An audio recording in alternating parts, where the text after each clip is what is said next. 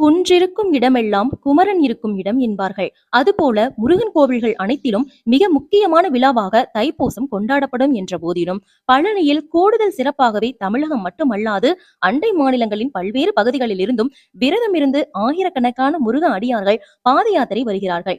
தைப்பூசத்தன்று முருகனுக்கு காவடி நேர்த்தி கடன் செலுத்துவதையும் பக்தர்கள் வழக்கமாகவே கொண்டுள்ளனர். தீராத நோய்கள் ஏற்பட்டு அவதிப்படுவோர் முருக கடவுளுக்கு காவடி எடுப்பதாக வேண்டிக் கொண்டால் அவர்களை பிடித்துள்ள நோய் அகன்று உடல் ஆரோக்கியம் பெறும் என்ற நம்பிக்கை பக்தர்களிடம் அழுத்தமாகவே உள்ளது. இதனால் முருகன் உறையும் அனைத்து தலங்களிலுமே தைப்பூசத்தன்று பக்தர்கள் காவடி எடுப்பதை வழக்கமாகவே கொண்டுள்ளனர். இப்படி தைப்பூச நாளுக்குரிய சிறப்பு என்ன என்பதை பற்றிய விளக்கங்களை தெரிந்து கொண்டு அன்றைய நாளில் முறையாக விரதமிருந்து வழிபட்டு முருகன் அருளை முழுவதுமாக பெறுவோம். தேவர்களுக்கும் அசுரர்களுக்கும் இடையே ஏற்பட்ட போரில் அசுரர்களை அழிக்க முடியாமல் தேவர்கள் திணறினர். எனவே பல்வேறு இன்னல்களை கொடுத்து வந்த அசுரர்களை அழிக்க வேண்டி சிவபெருமானிடம் தேவர்கள் முறையிட்டனர். தங்களுக்கு தலைமை தாங்கி செல்லக்கூடிய ஆற்றல் வாய்ந்த சக்தி மிக்க ஒரு தலைவனை உருவாக்க வேண்டும் என்று சிவபெருமானிடம் தேவர்கள் வேண்டினர். இதையடுத்து கருணை கடலான எம்பெருமான் தேவர்களின் முறையீட்டை ஏற்று உருவாக்கிய அவதாரமே கந்தன் அவதாரம். அசுரகுலத்தை அழிக்க முருகப்பெருமான் எடுத்த அவதாரமே கந்தன் அவதாரம் ஆகும். சிவனின் நெற்றிக்கண்ணிலிருந்து வெளியான 6 தீப்பொறிகள் 6 அழகான குழந்தைகள் ஆகின.